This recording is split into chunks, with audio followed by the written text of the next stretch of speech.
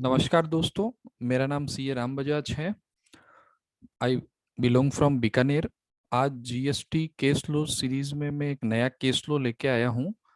ये सीरीज में मैं जीएसटी के सिर्फ और सिर्फ केस लो अपडेट करता हूँ। उससे क्या है कि आपका इंटरप्रिटेशन क्लियर होता है कि लॉ में जो लिखा हुआ है उसका मतलब क्या है। Interpretation is pertain to the court. Okay, before going further, it is requested you to subscribe the channel and press the bell icon ताकि जब भी मैं केस लो अपडेट करूं आपको उसका तुरंत नोटिफिकेशन या मैसेज आ जाए। आज का केस लो है अपील से रिलेटेड। अपील से रिलेटेड इश्यू एक कॉमन इश्यू होता है। वो इश्यू ये है कि क्या अपील इलेक्ट्रॉनिकली बाय पोर्टल ही फाइल की जा सकती है या हम मैनुअल भी फाइल कर सकते हैं। क्योंकि बहुत बार दोस्तों क्या होता है कि डिपार्टमेंट जो अपना ऑर्डर है DRC-07 वो पोर्टल पे अपलोड ही नहीं करता। अगर वो पोर्टल पे अपलोड नहीं करता तो आप टेक्निकली अपील फाइल कर भी नहीं सकते, आपको जीएसटीएन अलाउ भी नहीं करता। इस बारे में आंध्र प्रदेश हाई कोर्ट का अमरावती बेंच का एक डिसीजन आया हुआ है, अली कॉटन का, जो ये आपके स्क्रीन पे दिख रहा है।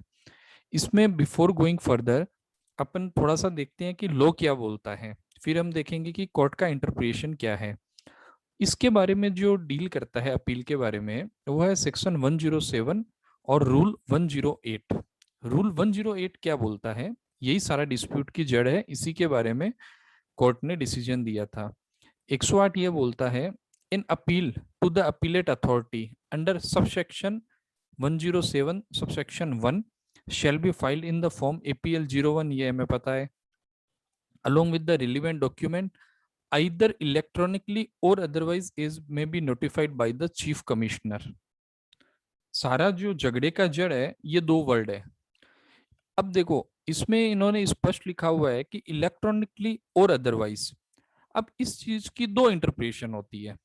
पहला क्या हुआ, पहला ये हुआ जो डिपार्टमेंट का कहना होता है हमेशा कि भैया ये इलेक्ट्रॉनिकली फाइल होगा और otherwise is may be notified by the chief commissioner, कि भाई अगर चीफ कमिश्नर ने कोई दूसरा और मोड मतलब मैनुअल नोटिफाइड किया है तो उससे हो सकती है।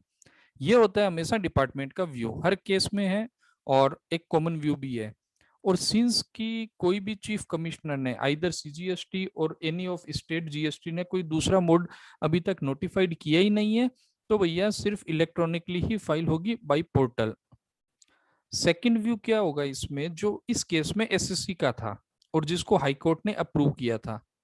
हाई को एसएससी का ये कहना था इस केस में कि यहाँ पे जो लिखा हुआ है ना इलेक्ट्रॉनिकली और अदरवाइज, इसका मतलब ये है कि या तो वो इलेक्ट्रॉनिकली कर सकता है या मैनुअली कर सकता है।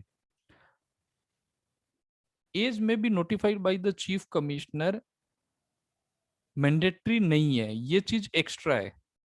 मतलब एसएससी का ये कहना था इलेक्ट्रॉनिकली और अदरवाइज, अदरवाइज में मैनुअल। अब इसको आगे देखते हैं कि इस केस में आंध्र प्रदेश हाईकोर्ट का खुद का क्या ऑब्जर्वेशन था। कोर्ट का ऑब्जर्वेशन पैरा 10 पे है। कोर्ट ने क्या बोला है कि relevant document either electronically or otherwise as may be by notified by the chief commissioner.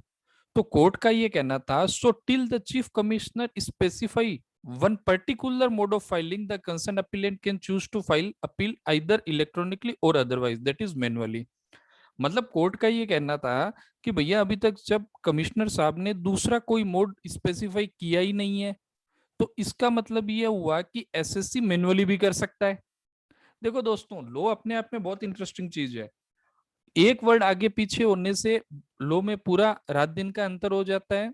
और कोर्ट जब इंटरप्रिटेशन करता है ना, देखो संविधान के हिसाब से जो लॉ का कोई भी लॉ, मतलब जीएसटी नहीं, कोई भी लॉ, संविधान या इनकम टैक्स एक्ट, कोई भी एक्ट हो, उसका इंटरप्रिटेशन करना कोर्ट का काम है।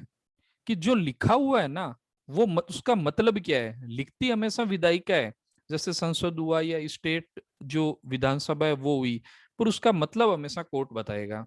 तो इस केस में कोर्ट ने इसका मतलब बताया है ये कि आप दोनों तरीके से अपील फाइल कर सकते हो, मैनुअली और इलेक्ट्रॉनिकली बाय पोर्टल, जब तक कमिश्नर कोई दूसरा नोटिफाई नहीं करता। ऑब्वियस सी बात है, कमिश्नर साहब ने अभी तक किसी ने किए ही नहीं, तो इसका मतलब आप कर सकते हो। इसमें एकदम कोर्ट का क्लियर व्यू है।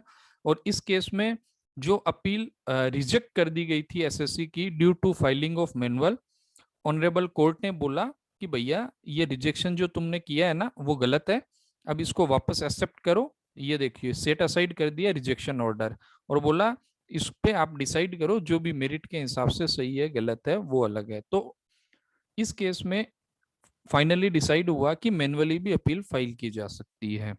तो ये केस आपका बहुत काम आएगा। अगर आपका पोर्टल पे इलेक्ट्रॉनिकली नहीं हो पा रहा, आप मैनुअल फाइल करो और अपील के साथ इस डिसीजन का रेफरेंस दे दो, ताकि कल को आपका जो अपीलेट अथॉरिटी है वो मना नहीं कर सके या ये नहीं बोले कि भैया इलेक्ट्रॉनिकली फाइल नहीं की तो ये गलत किया। तो आज का यही हमारा केस लो था। Thank you for watching the case law, और it is also requested you to subscribe the channel and press the bell icon. Thank you.